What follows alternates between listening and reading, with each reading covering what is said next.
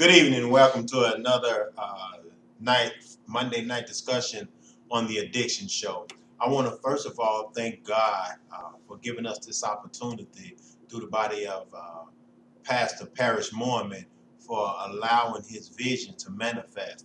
And we just want to continue to ask you all to lift him up in prayer as this media ministry begins to excel. On tonight, we're going to discuss the addiction and what is it. Well, I had a discussion with a group about addiction, and we came out with a lot of different definitions. So we did some research to come up with a common definition regarding addiction, so we all can be on one accord. Addiction pertains to the chemical addiction as it affects the body has been described as a addiction is a condition that results when a person ingests a substance, alcohol, cocaine, nicotine, or any other drugs, or engage into activities such as gambling, sex, overeating, that can be pleasurable, but the continued use of which becomes compulsive and interferes with the ordinary life responsibilities such as work or relationships, even health. Users may not be aware that their behaviors is out of control and causing problems for themselves and others. And as we begin to look at what an addiction looks like, we're going to unfold and unpack how devastating an addiction can be for those who don't understand or doesn't know.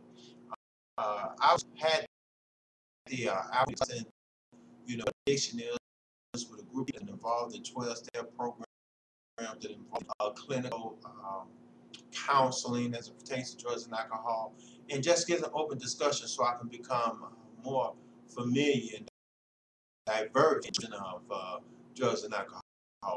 One thing that each one of those different groups discussed and talked about was how the tolerance levels, are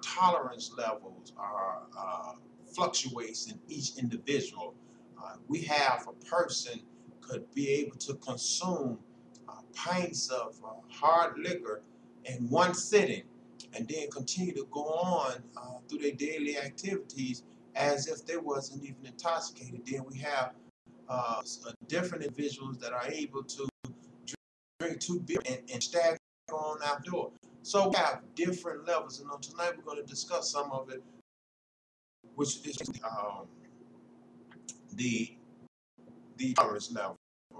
First of all, we're going to look at the word addiction. There's several different ways. One defined describes physical addiction. This is a biological state in which the body adapts to the presence of the drugs that the drugs no longer have the same effect. It is known as a tolerance, like we just stated before. But because tolerance, there is a biological reaction when the drug is withdrawn. In other words, if your tolerance level increases, and then when the drugs is no longer used or withdrawn from you, there's going to be some physical changes, which is very painful.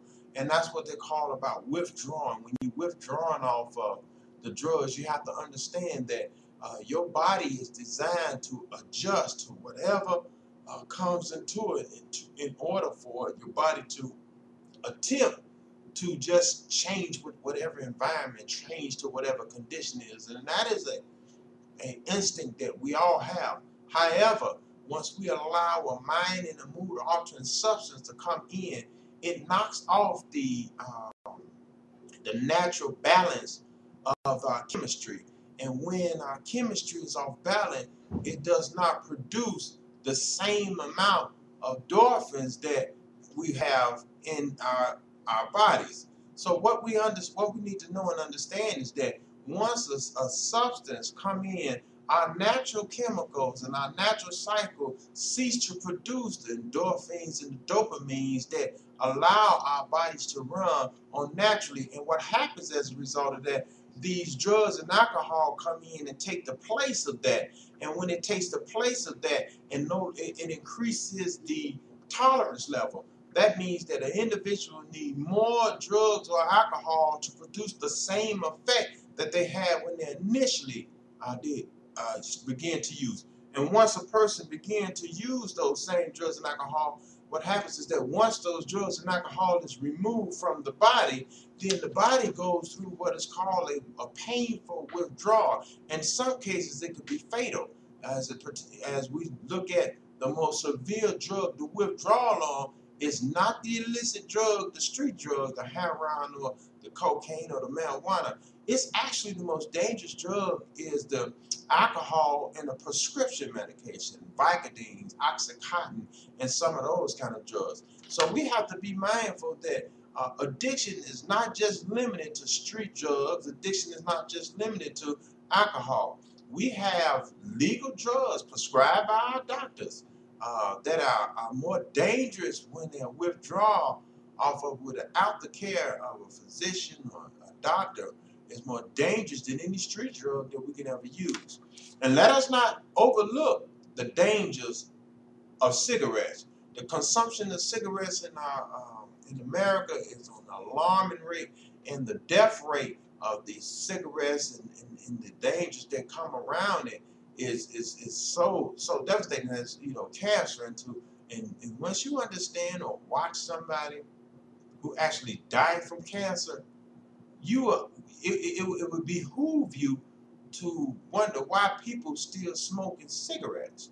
And what happens a lot of times is that we have to understand the addiction is so strong that it supersedes an intellectual idea or decision pertaining to using smoking cigarettes. So we have to be real mindful of how important it is for us to begin to look at these drugs and the negative effect that it have on our body, the negative effects they have on our mind, as well as if we have negative effects on the body and the mind, we can't overlook the families, we can't overlook the community, and we can't overlook every aspect of our lives. Moving on to the tolerance, it said because the tolerance, this is a biological reaction when the drug is withdrawn. Another form of physical addiction is the phenomenon of overreaction by the brain to drugs or to cause associated with the drugs. An alcoholic walking into a bar, for instance, will feel an extra pull to have a drink because of these cues. However, not most alcohol addictive behaviors is not related to either physical tolerance or exposure to cues. People compulsively use drugs or gamble or shop or nearly always in reaction to being emotionally stressed. And that's the correlation when we're looking at the addiction. We have to look at the emotional connections that is connected to these drugs. Because some people do things just because they stress. Most people after work or have a stressful life, they turn to drugs and alcohol for one reason and one reason only, because they work. When you put some drugs and some alcohol in anybody, they will be intoxicated. It doesn't matter who they are. If you put enough drugs, if you put enough alcohol in anybody, they will become intoxicated. It says that whether or not the physical addictions, since these psychological basis addictions are not based on drugs or brain effects, they can account for why people frequently switch addictive actions from one drug to a completely different kind of drug, or even a non-drug behavior. The focus of the addiction isn't what matters. It's the need to take action under certain kinds of stresses. To treat this kind of addiction requires understanding of how it works psychologically. No matter what kind of addiction is meant, it is important to recognize that its cause is not the search for pleasure. An addiction has nothing to do with one morality or strength or character.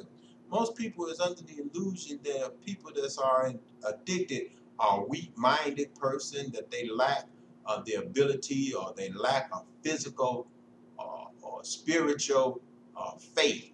That has nothing to do with it. What happens is that once the addiction comes in and consume, it totally take over.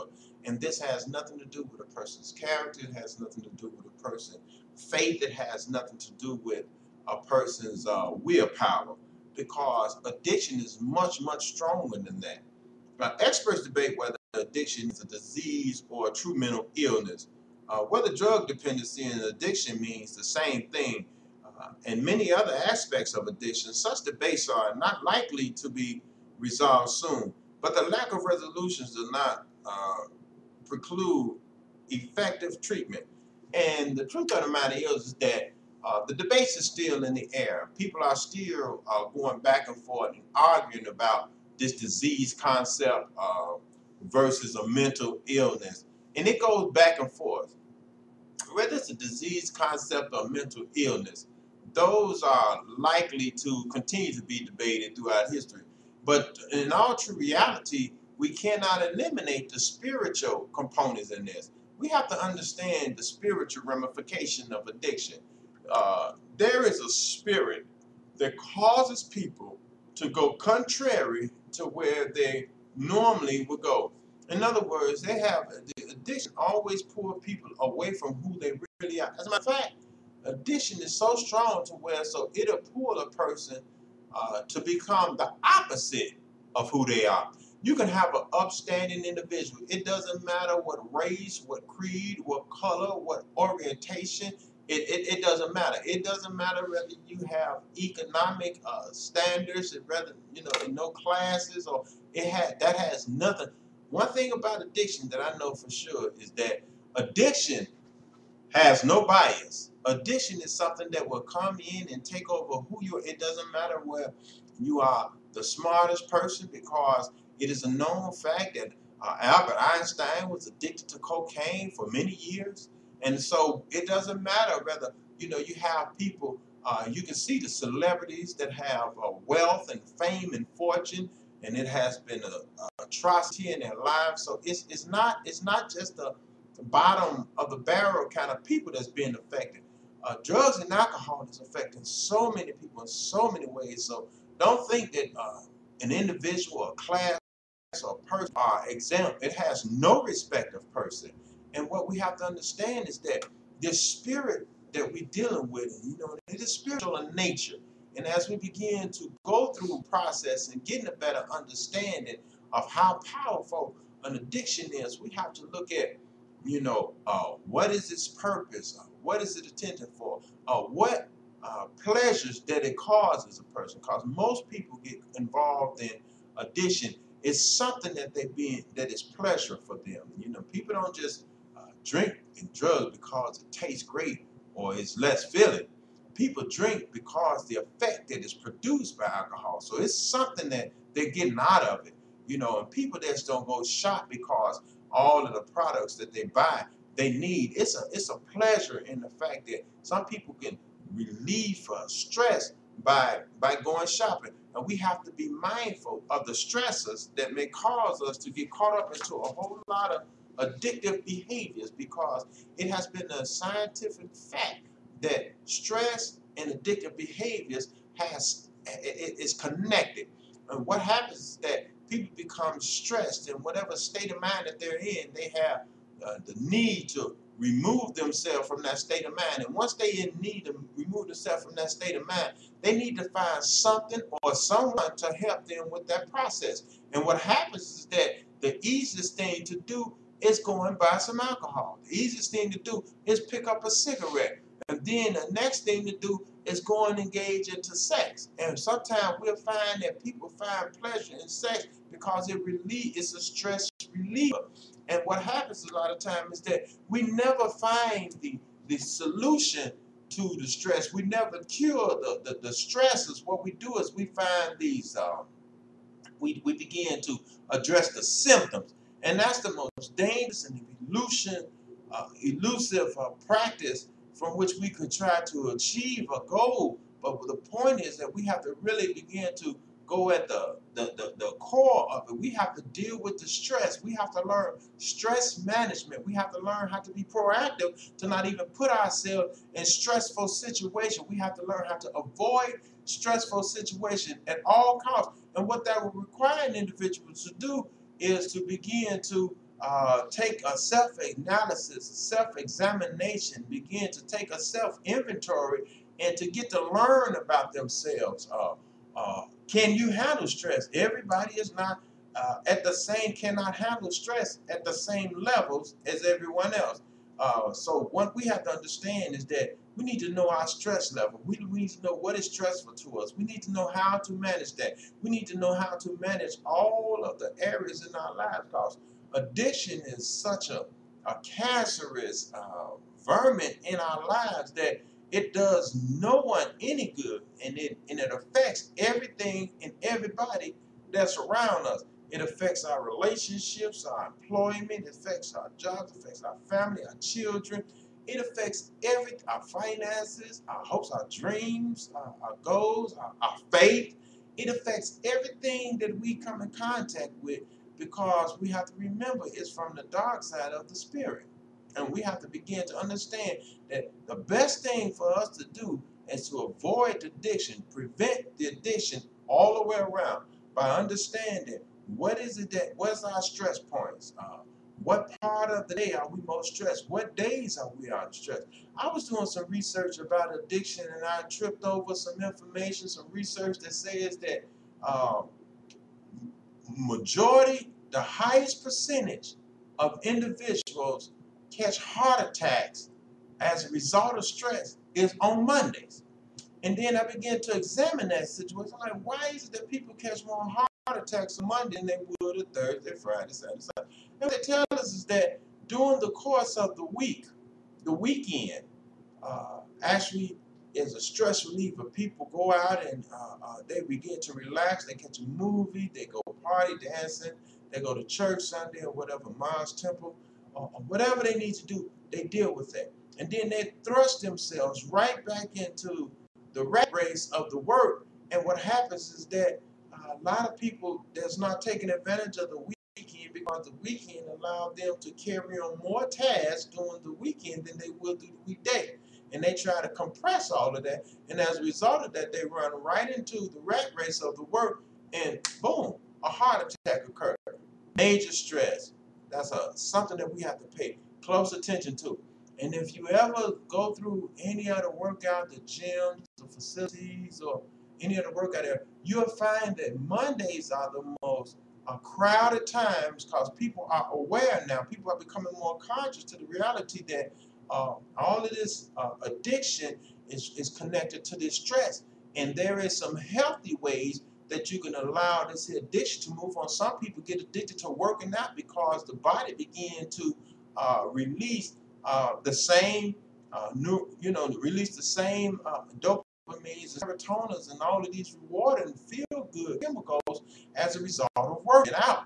And so people begin to flock to that instead of flocking to drugs and alcohol and sex and gambling and all these other things. So now that we have this here information, and we begin to look at it and begin to become more proactive about our stress levels and how stress and how addiction is all tied in, how tolerance level and is tied into the way that our addiction fluctuate, how we need more drugs to get the same effect, and how we begin to deal with that. We have to stay mindful that knowledge is power. And the more information that we have, and the more we utilize the information that we have, the better our chances to stay out of a different world. We are living in a addictive society. The solution for a lot of dilemmas that we are challenged with, we are always offered a medication. So we have to be mindful that just because the medication comes from a qualified doctor does not mean that we are not exempt to becoming addicted. So be mindful, examine yourself, and may God bless you and keep you. Thank you, and enjoy the balance of your evening.